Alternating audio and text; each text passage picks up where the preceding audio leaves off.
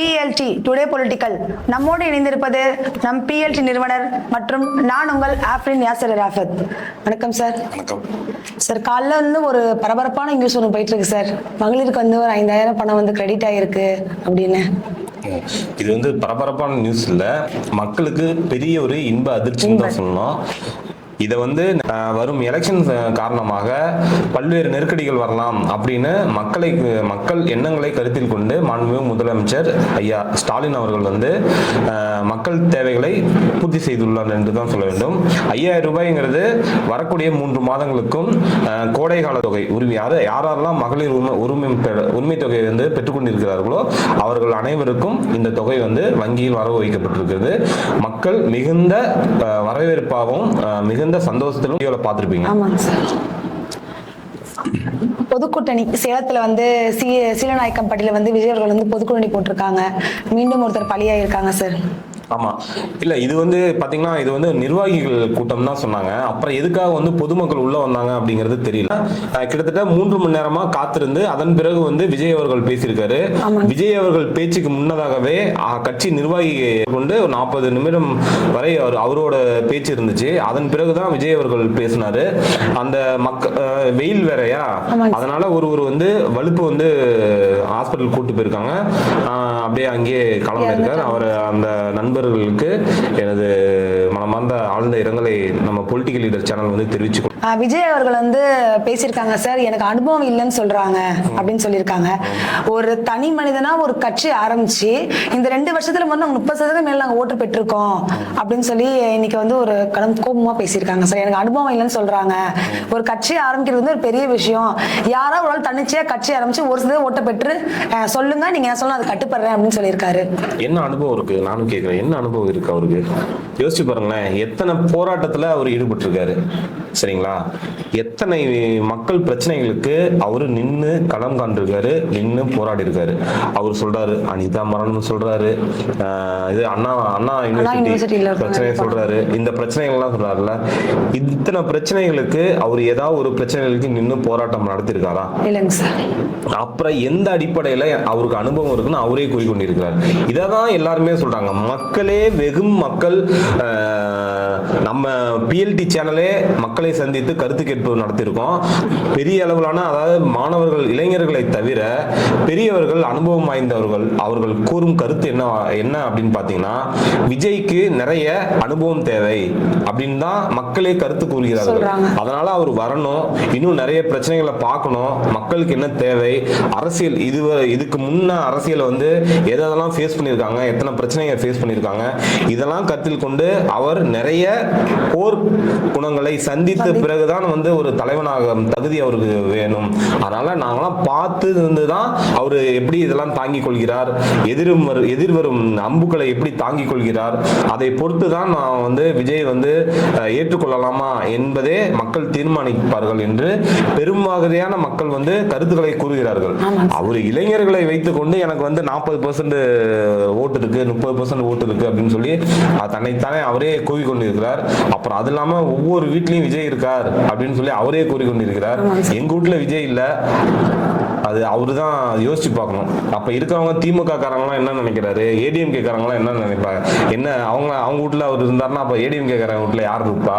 இது எல்லாமே வந்து அந்த இளைஞர்களை ஒரு வார்த்தை ஜாலங்களால கட்டி போட்டு படத்துல எப்படி அவர் வந்து டயலாக் பேசுறாரோ அது போல இந்த மேடையில் டயலாக் அள்ளி தெளிச்சு விட்டு அந்த இளைஞர்கள் அந்த அந்த வசனத்தில் ஈர்த்து கொள்ள முயற்சி பண்றாரு அப்படின்னு தான் நம்ம பார்க்கணும். அதெல்லாம் அவர்கள் விஜய் அவர்கள் சொல்றாங்க சார், என்னால ஒரு நல்ல ஆட்சி அமைக்க முடியும், என்னை நம்பி வந்தீங்கன்னா நான் ஒரு நல்ல உங்களுக்கு வெற்றியை கொடுப்பேன், நல்ல ஒரு ஆட்சி அமைச்சு கொடுப்பேன் அப்படின்னு சொல்லியிருக்காங்க. முதல் ஒரு நல்ல கூட்டத்தை நடத்துங்க, நல்ல ஆட்சியை நான் கொண்டு வந்து தருவேன் அப்படின்னு சொல்லி. கரெக்ட் தான். முதல் ஒரு நல்ல கூட்டத்தை நடத்துங்க. உங்க கட்சியை இப்ப இருக்கக்கூடிய தொண்டர்களை ஓட்டர்ஸா மாத்துறதுக்கு அவங்களுக்கு நல்ல அறிவுரையை சொல்லுங்க. நீங்க வாங்க ஃபீல்டுக்கு வாங்க. ஃபீல்டுக்கு வந்து இப்ப நீங்க எல்லாம் சொல்றீங்கல்ல, இத்தனை பிரச்சனைகள் சொல்றீங்களா, அத்தனை பிரச்சனைக்கு நீங்க ஒரு போராட்டத்தை பண்ணுங்க. அந்த போராட்டத்தை அந்த அளவுக்கு போராட்டம் பண்ணி அதுல எந்த ரிசல்ட்டும் வரல அப்படின்னா அதுக்கப்புறம் வாங்க.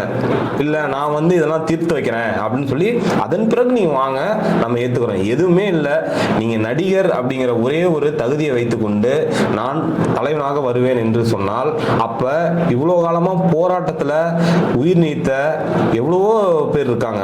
அப்ப அவங்களாம் என்ன சொல்றது யோசிச்சு பாருங்க. இங்க தகுதி அது தேவையில்ல, போராட்டம் வேணும். நிறைய பிரச்சனைகள் மக்களோடு மக்களாக நின்று அதை அனுபவித்தவர்களுக்கு தான் அதோட வலியும் வேதனையும் தெரியும்.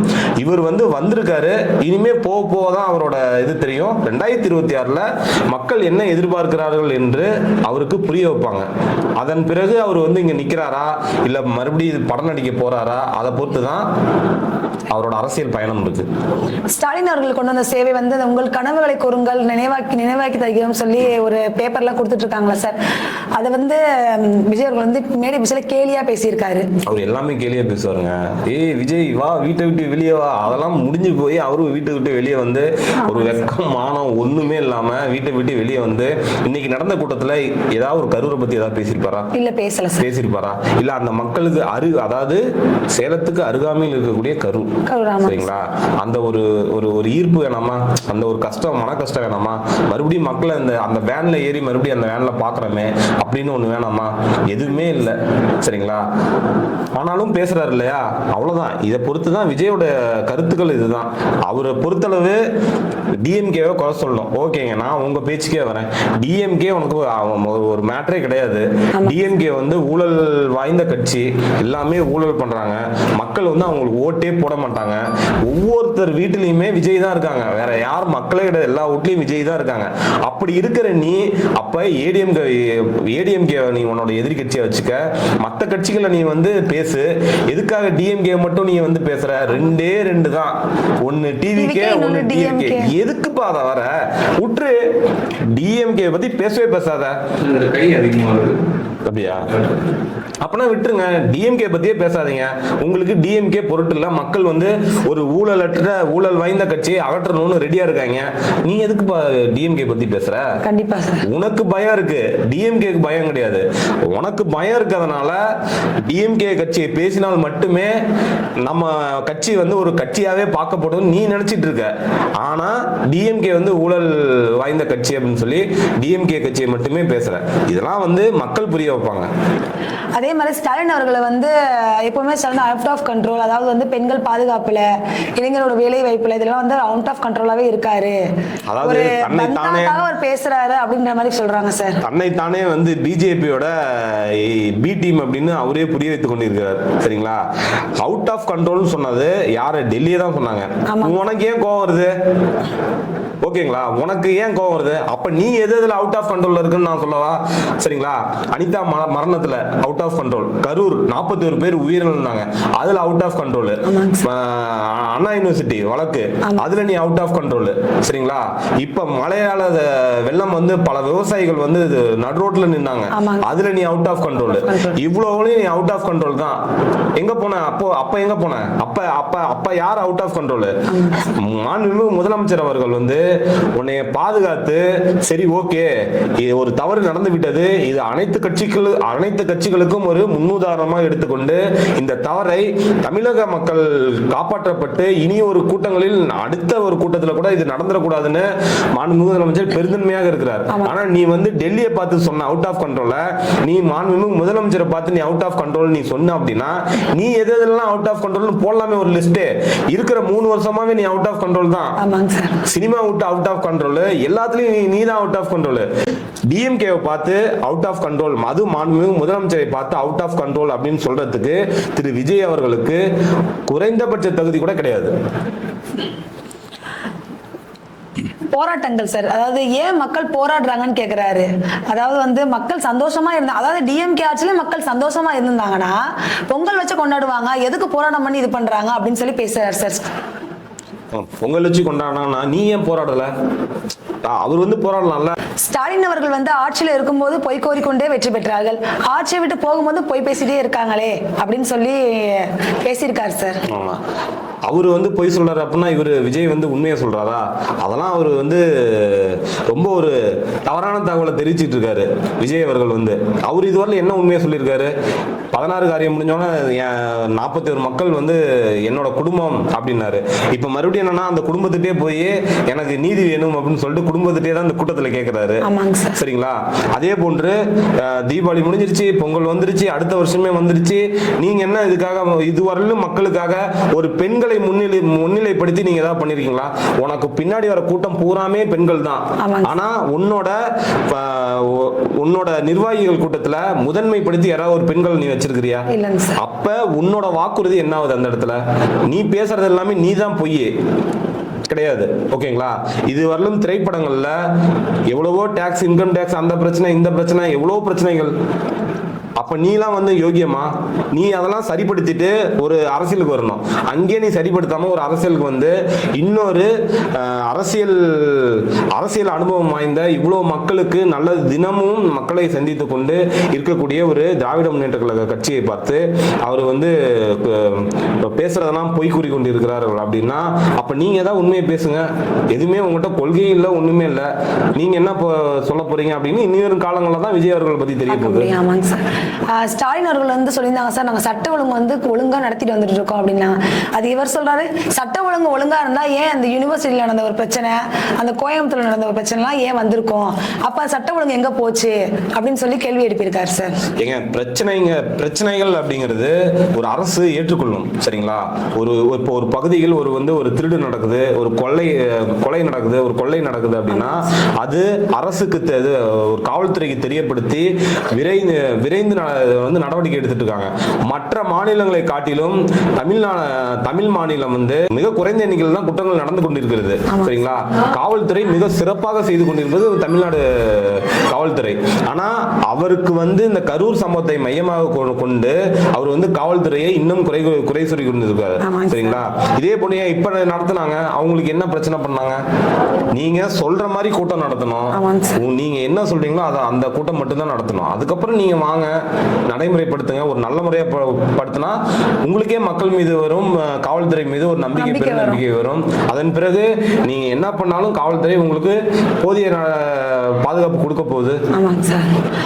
அப்புறம் வந்து மக்களின் அடிப்படை தேவைகளை பூர்த்தி செய்வேன் நான் ஆட்சியில் வந்தால் அப்படின்னு சொல்லி இன்னைக்கு வந்து ஒரு சவாலா வந்து அவர் பேசினார் சார். அதாவது எப்படி சொல்றாருன்னா, என்னை நம்புறவங்க யாரும் டிசப்பாயின்மெண்ட் பண்ண மாட்டேன் அப்படின்னு இருக்காரு. உங்களை நம்பின தொண்டர்கள், சரிங்களா, அவங்க ஓட்டர்ஸா மாறல. உங்களை நம்பின தொண்டர்களுக்கு ஃபர்ஸ்ட் நீங்க ஒரு நல்ல ஒரு அறிவுரை சொல்லுங்க. சரிங்களா? நான் ஓப்பனா கேட்குறேங்க. இப்போ வேட்புமனுக்கு வந்து பரிந்துரை பண்ணுங்க அப்படின்னு சொல்லி இப்போ ஆன்லைன்ல பண்ணியிருந்தாங்க, நேரடியாக பண்ணியிருந்தாங்க, இது எல்லாமே பண்ணியிருந்தாங்க. சரிங்களா? ஒரு வேட்பாளர்களை நீங்க எப்படி தேர்வு பண்ணுவீங்க? வாங்க மக்கள் எல்லாம் திரண்டு வாங்க, நீங்க பாட்டுக்கு மனுவை கொடுங்க அப்படின்னா தேர்வு பண்ணுவாங்க? இல்ல சார், ஒரு பகுதிக்கு ஒரு தேர்ந்தெடுத்து இந்த புதிதாக வரக்கூடிய கட்சி அவங்களுக்கு என்ன தகுதி இருக்கு, அவங்க வந்து இதெல்லாம் பொட்டன்ஷியல் பண்ணுவாங்களா, அவங்க இதுவரையிலும் என்ன மக்களை சந்திச்சு நல்லது பண்ணியிருக்காங்க, இதுவரையிலும் சேவைகளை நிறைய பண்ணியிருக்காங்களா, அதை குறித்து அது போன்ற அனுபவத்தை வைத்து தாங்க ஒரு மனுவை வாங்கணும். நீ பாட்டுக்கு வா, மனு எல்லாம் கொடுங்க அப்படி இப்படின்னு யோசிச்சு பாருங்க. இதெல்லாம் வந்து தப்பான ஒரு செயல். இப்படிதான் அவங்க வந்து ஒவ்வொரு செயலும் செஞ்சுட்டு இருக்காங்க. ஆனா பேசுறதெல்லாம் டிஎம்கே பேசுவாரு. விஜய் அவர்கள் சொல்றாங்க சார், என்ன நம்புறீங்களா இல்ல ஸ்டாலினை நம்புறீங்களா அப்படின்னு. சத்தியமா இதுக்கெல்லாம் நோ கமெண்ட்ஸுங்க. இது ஒரு கேள்வியாங்க. அது இல்லாம ஒரு முழக்கம் வேற விடுறாங்க, என்னை நம்புறீங்களா ஸ்டாலினை நம்புறீங்களா அப்படின்னு சொல்லிட்டு. 2026 இதுக்கு பதில் சொல்லுவாங்க. கடைசியா ஸ்பீச் முடிக்கும் போது ஒரு கொள்கை சொல்லியிருக்காரு சார். எங்கள் ஓட்டு டிவி கேக்கு, எங்கள் சின்னம் விசில், நீங்க ஓட்டுறது எங்களுக்கே போடுங்க. அப்ப நான் உங்களுக்கு ஒரு நம்பிக்கை தரும்போது நீங்க எங்களுக்கு நம்பிக்கை கொடுங்க. உங்க வீட்டுல போய் உங்க வீட்டு அம்மா அப்பா அவங்களெல்லாம் சொல்லுங்க, விஜய் அவர்களுக்கு ஓட்டு போடுங்க அப்படின்னு சொல்லி பேசியிருக்காரு சார். அவரே பாருங்க, நீங்க கேள்வி கேட்டீங்களா, அதுக்கு பதில் இதுதான். பொய். அவர் வாயை திறந்தா பொய்ங்கிறதுக்கு இதுதான் சாட்சி. எல்லாரும் இத்தனை கோடி மக்கள், தமிழ் மக்கள்கிட்ட எல்லாமே விஜய் தான் இருக்கான் அப்படின்னு சொல்லி சொன்னார்ல, அதுக்கு அதுக்கப்புறம் ஏங்க அவர்தான் விஜய் தான் இருக்காங்களே, அதுக்கப்புறம் ஏன் போய் மக்கள்கிட்ட போய் எனக்கு நீங்க ஓட்டு போடுங்க, உங்க அப்பா அம்மா கிட்ட போய் சொல்லுங்க விஜய்க்கு தான் ஓட்டு போடணும்னு சொல்லி சொல்லுங்க. அப்பனா அவருக்கு பயம். ஆமாங்க சார். அவர் ஒரு படத்துல டயலாக் விடுவார், வேதநாயகனா பயம் அப்படிங்கிற மாதிரி இவருக்கு ஸ்டாலின் தான் பயம். அதனாலதான் அவர் வந்து அந்த மாதிரி ஒரு பில்டப் போட்டுட்டு இருக்காரு. இவருக்கு வந்து உண்மையாவே நான் கேட்குறேங்க, நான் தான் டிவிக்கே தான் வரக்கூடிய எலெக்ஷன்ல வந்து ஜெயிக்கும்னு அவர் உண்மையாவே ஒரு உறுதியா, நீங்க மக்கள்கிட்ட நேரடியா நீங்க என்ன பண்ண போறீங்க, உங்க கொள்கை என்ன, நீங்க மக்களுக்காக என்னென்ன திட்டங்களை கொண்டு வர போறீங்க, திராவிட முன்னேற்ற கழகம் செய்யாததை நீங்க என்ன செய்ய போறீங்க, உங்களுக்கு திராணி இருந்தா அதை பேசுங்க. கண்டிப்பா சார். உங்ககிட்ட எந்த ஐடியாலஜியுமே கிடையாது, எந்த ஒரு புதிதான கொள்கையுமே கிடையாது, உங்களோட திட்டங்கள் அதுக்கான திட்டங்களும் கிடையாது. ஏடிஎம்கேல இருந்து ஒரு ஆள் எடுத்துக்கிறது, இங்க இருந்து டிஎம்கேல இருந்து ஒரு ஆள் எடுக்கிறதுக்கு ட்ரை பண்ணிட்டு இருக்கீங்க, அங்க வரதுக்கு ஆள் கிடையாது. கூட்டணி டிஎம்கே கூட்டணி ஏதாவது உடைஞ்சிரும் அப்படின்னு சொல்லி பார்த்துட்டு இருக்காங்க. இப்போ இன்னைக்கு நடந்த இந்த 5,000 ரூபாய் மகளிர் உரிமை தொகை அக்கௌண்ட்ல வந்ததுக்கு அப்புறம் எல்லாமே மண்டே போட்டு ஓல்டி. அதனாலதான் அவருக்கு பாருங்க பேச்சே வரல. ஆகா என்னடா பண்ணலாம், நம்ம வேற நீங்க போட்டு வேற மாதிரி என்ன கட்சி போடலாம் பிளான் பண்ணலாம் அப்படின்னு சொல்லிட்டு ஒவ்வொரு கட்சியுமே திணறி கொண்டு இருக்கிறாங்க. இன்னைக்கு கூட பாருங்க இபிஎஸ் அவர்கள் வந்து அவர் வந்து எலெக்ஷன்ல வந்து நாங்க மகளிர் உரிமை தொகை அது எப்படி நிப்பாட்ட முடியும் அப்படின்னு சொல்லி சொல்றாங்க. யாராவது ஒருத்தராவது இதை வந்து வரவேற்கிறேன், மக்களுக்கு இதை கொடுங்க, இல்லைன்னா இதை செய்யாதீங்க அப்படின்னு வந்து யாருமே வந்து சொல்ல முடியல. இதை வரவேற்க மனம் இருந்தாலும் வந்து ஓட்டு வந்து வீணா போயிடும் அப்படின்னு சொல்லி இபிஎஸும் அதான் சொல்றாரு. ஏன் இப்ப ஓபிஎஸ் கூட அதான் சொல்றாங்க, இப்ப டிவிக்கே அதான் சொல்றாங்க. வரவேற்கிறீங்களா இல்லையா? யாராவது ஓப்பனா அந்த ஸ்டேட்மெண்ட் கொடுக்கறதுக்கு யாராவது திராணி இருக்கா? யாருக்குமே அது திராணி கிடையாது. மக்கள் ஆனா வரவேற்கிறாங்க. அப்ப நீங்க வரவேற்கிறீங்க, அப்ப நீங்க வரவேற்க மறுக்கிறீங்க. சரிங்களா? போச்சு இதனால ஓட்டு போயிடும், நம்மகிட்ட இருக்க ஓட்டுமே போயிருமே, மகளிரோட ஓட்டு பூராமே அங்க போயிடுமே. ஆல்ரெடி மகளிர் எல்லாமே ரெடியாக காத்து கொண்டிருக்கிறார்கள் டிஎம்கே தான் ஓட்டு போடுறதுக்கு. ஆனா அதை மனமாற்றம் செய்யறதுக்காக டிஎம்கே தினமும் தூக்கத்தில் எழுப்பினா கூட டிஎம்கே குறை சொல்றதுக்கு ரெடியா ஒரு பாயிண்ட் வச்சிட்டு இருக்காங்க. ஏதாவது ஒரு சிக்குமா சிக்காதுங்கிற மாதிரி முதல்ல தினமும் ஒரு திட்டத்தை அறிவித்துக் கொண்டு அதை செயல்படுத்தி கொண்டிருக்கிறார். அதனால வைத்தறிச்சல்லையும் நம்மளால ஒண்ணுமே பண்ண முடியாது அப்படிங்கிற ஒரு எரிச்சல்லையுமே தான் அனைத்து கட்சியுமே இப்ப வந்து திராவிட முன்னேற்ற கழகத்தை எதிர்த்து கொண்டிருக்கிறது. விஜய் அவர்கள் சொல்லியிருக்காங்க சார், நான் அரசியலுக்கு வந்திருக்கு என்ன நேசிச்ச மக்களுக்காக மட்டும் தான் அரசியலுக்கு வந்திருக்கேன், அது மட்டுமே என்னோட குறிக்கோள், ஜெயிக்கிறது மட்டும் தான் என்னோட எண்ணம். ஆனா நான் வந்து ஒரே கையெடுத்து கும்பிடுறேன், உங்களை எல்லாருமே நேசிக்கிறோம் இல்லைன்னு நாங்க சொல்லவே இல்லை.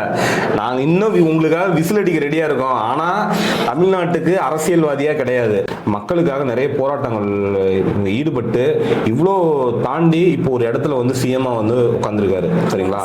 அவரோட அனுபவம் பெரிது. இவரா இருக்கட்டும், இதுக்கு முன்னதாக இருந்த முன்னாள் முதலமைச்சர் ஜெயலலிதா அவர்களாக இருக்கட்டும், இவங்கெல்லாம் வந்து அரசியல்ல நிறைய போராட்டங்களை நேரடியா பார்த்து அனுபவித்து ஒரு இடத்துக்கு பொசிஷனுக்கு வந்திருக்காங்க. அவரை வந்து எந்த அளவுக்கு வந்து ஒரு கீழ்த்தரமா பேச முடியுமோ அந்த அளவுக்கு கீழ்த்தரமா பேசக்கூடிய நீர் தான் வந்து நீங்க வந்து மக்களுக்கான பாதுகாப்பான ஒரு அரசியலை கொடுக்க போறீங்களா? அது பெண்களுக்கான பாதுகாப்பான அரசியலை நீங்க கொடுக்க போறீங்களா? உங்களுக்கு அந்த ஒரு சென்ஸே கிடையாது. நீங்க வந்து எப்படி வந்து ஒரு நல்ல ஒரு ஆட்சியை வந்து நீங்க கொடுப்பீங்க? அதுதான் நாங்க கேட்கிற ஒரே ஒண்ணு. நீங்க டிஎம்கேவை எதிருங்க, அவங்களோட கொள்கையை எதிர்த்து பேசுங்க, உங்ககிட்ட என்ன கொள்கை இருக்குன்னு பேசுங்க. இந்த திட்டம் தப்புன்னு சொல்லுங்க, இதுக்கு பதிலா நாங்க ஒரு திட்டத்தை கொண்டு வரோம், நீங்க எங்களுக்கு ஓட்டு போடுங்கன்னு சொல்லுங்க. அதை பத்தி எதுவுமே பேசாத திரு விஜய் வந்து ஒரே டிஎம்கே டிஎம்கே டிஎம்கே பேசுங்க. திட்டம் இந்த திட்டம் தப்புன்னு சொல்லுங்க. இன்னைக்கு மகளிர் 5,000 போட்டிருக்காங்கல்ல, இது நீங்க போடக்கூடாது, இது நீங்க தப்பு பண்ணது, இது வந்து இந்த மாதிரி பண்ணிருக்க கூடாது, இதனால தமிழ்நாட்டுக்கு இவ்வளவு லாஸ் அப்படிங்கிற புள்ளி விவரத்தை பேசுங்க. இப்ப புதிதா வந்து டாடா தொழிற்சாலை வந்து முதலமைச்சர் திறந்து வச்சாரு, அது திறந்து வச்சிருக்க கூடாது, நீங்க பண்ணது தப்பு சொல்றதுக்கு திராணி இருக்கா சொல்லுங்க, அதை பேசுங்க. இப்ப மாணவர்களுக்கு மடிக்கணினி கொடுத்தாங்க, இலவச மடிக்கணினி கொடுத்தாரு முதலமைச்சர், அது கொண்டு வந்துட கூடாது, நீங்க ஏன் கொடுத்தீங்க, தப்பு பேசுங்க. இப்ப இவ்வளவு ஏரி குளங்கள் வந்து தூர்வாரப்பட்டு இன்னைக்கு வந்து ஆற்றில் நீர்நிலைகள் நிரம்பி வழிந்து கொண்டிருக்குது, விவசாயிங்க சந்தோஷமா இருக்காங்க, இது நீங்க பண்ணது தப்பு பேசுங்க. இப்ப மாணவர்களுக்கு மிதிவண்டி கொடுத்தாங்க, தப்பு பேசுங்க.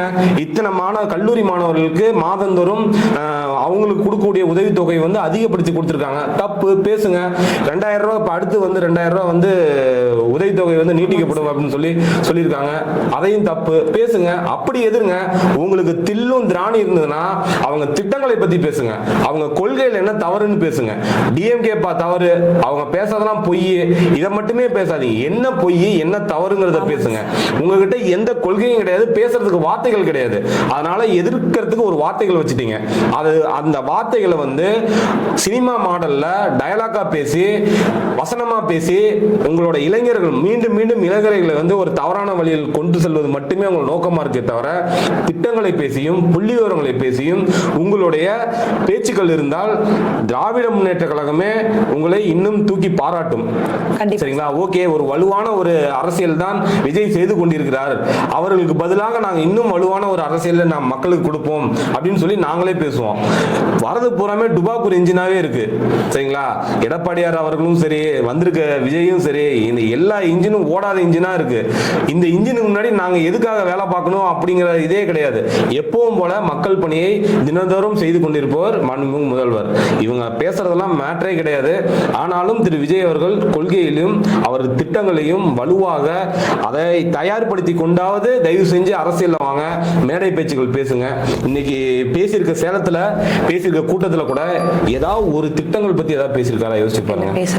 ஏதாவது ஒரு விஷயம் சொல்லுங்க. எதுவுமே இல்லை. ஆக்கப்பூர்வமான அரசியலுக்கு விஜய் அவர்கள் கிடையாது. அதாவது டிஎம்கே வந்து சத்தியம் வாங்கி வாங்கி கொள்ளையடிக்கிறாங்க, நான் ரொம்ப நல்லவே, எனக்கு எதிராக சதி செய்த ஒரே ஆட்சி வந்து திமுக மட்டும்தான் அப்படின்னு சொல்லியிருக்காரு சார். மோடியை சொல்லுங்க. விஜய் அவர்களுக்கு திராணி இருந்தா மோடியை சொல்லுங்க, ஏடிஎம்கே சொல்லுங்க. வேற எந்த கட்சியுமே வந்து இது போன்று கிடையாது. ஒன்லி டிஎம்கே மட்டும்தான் அப்படி இருக்கு. டிஎம்கே வந்து அப்படி கிடையாது. டிஎம்கே மட்டும்தான் அதிகப்படியான அடிப்படை தொண்டர்கள் இருக்காங்க. உங்க கட்சியில வந்து தொண்டர்கள், உங்க கட்சியில ரசிகர்கள் தான் இருக்காங்க. அடுத்து இன்னும் தொண்டர்கள் காணோம். யோசிச்சு பாருங்களேன், கரூர்ல வந்த கூட்டம் எவ்வளோ, அதுக்கப்புறம் அவங்க கூட்டம் வந்துச்சா? கரூர்ல சொல்லலனாலும் அவ்வளவு கூட்டம் வந்தாங்க. அதன் பிறகு கூட்டம் வருதா? ஏன்னா பொதுமக்கள் பின்வாங்கிட்டாங்க, மற்ற கட்சியினர் பின்வாங்கிட்டாங்க.